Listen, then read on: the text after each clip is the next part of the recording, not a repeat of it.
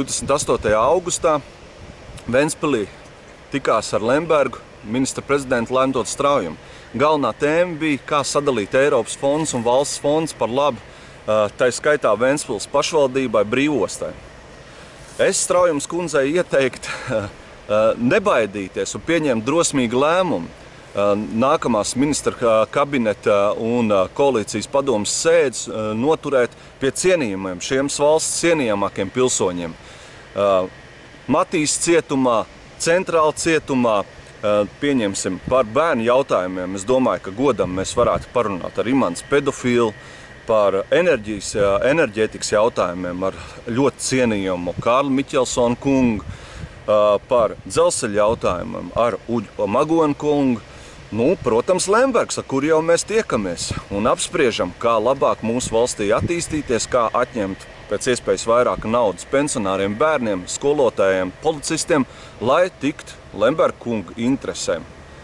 Sakiet, lūdzu, jūsu vizīte tieši tajā laikā, kad valdība aktīvi strādā pie jaunā gada budžeta, tas ir apzināti, ja tas ir nejauši? Nē, tas nav apzināti, tāpēc, ka man vizīte, tas esmu bijusi visās Republikas nozīmes pilsētās. Ventspils pēdējā pilsēta tagad no 9, kur es braucu, un šī vizīte tika plānota jau iepriekš 2 reizes, un 2 reizes es tagad slēgt neatceros, zinu, ka man izjuka tie braucieni dažādu apstākļu dēļ, un tagad ir 3. reize, un šodiena ir vairāk nodota finanšu ministra pārziņā. Viņš tiekas ar apakškomisijā sociālo partneru, un pirmdien mēs jau valdības līmenī atkal. Mēs izkārtojam tā, lai es 3. reizi nepārliktu šo vizīti. Bet mēs pārunājam arī par budžeta jautājumus, jo, protams, tā ir šodienas aktualitāte.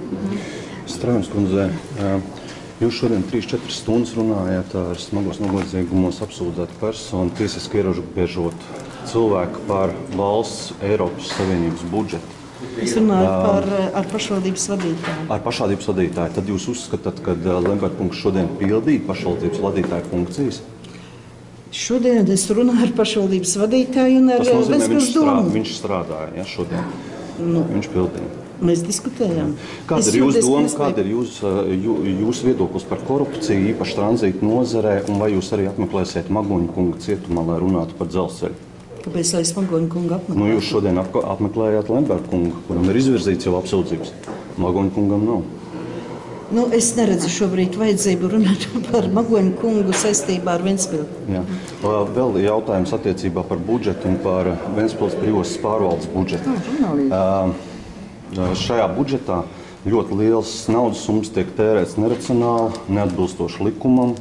Kā jūs to spējat kontrolēt un jūs vispār kontrolēt, kas notiek brīvostas pārvaldē? Brīvostai ir valde, kur ir 4 ministriju pārstāvji un ir pašvaldības pārstāvji. Un valdība nekontrolē ne Ventspils brīvostu, ne Rīgas brīvostu, ne citus valsts uzņēmumus. Tie ir valde un padome, kas atbild par uzņēmumu darbību.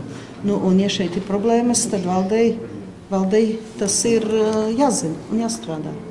Bet šis nav uzņēmums. Šī brīvosta, kurā ir valde 4 valsts pārstāvji no 4 ministriem un 4 pašvaldību pārstāvji. Un viņi arī par to strādā. Straujums kundze, korupcijas apkarošana ir saistīta ar drošību vai nav? Valsts drošība? Jā, protams. Korupcija apdraud drošību valstī? Protams, ka korupcija apdraud valsts drošību. Tas ir nenoliedzami. Kādi jums visgalvenie secinājumi, pēc šīdienas vizītes? Jāstrādā. Jā, bet droši vien no Holandas, es domāju, jā. Paldies, ka tu laikā braukt. Prieks sadarboties.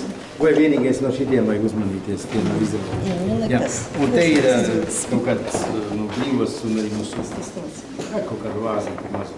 Un te ir, bet ar butēti. Es saprotu, butis. Un tas ir mūsu pēdējais albums, 725, jā, bildēs, jā. Paldies.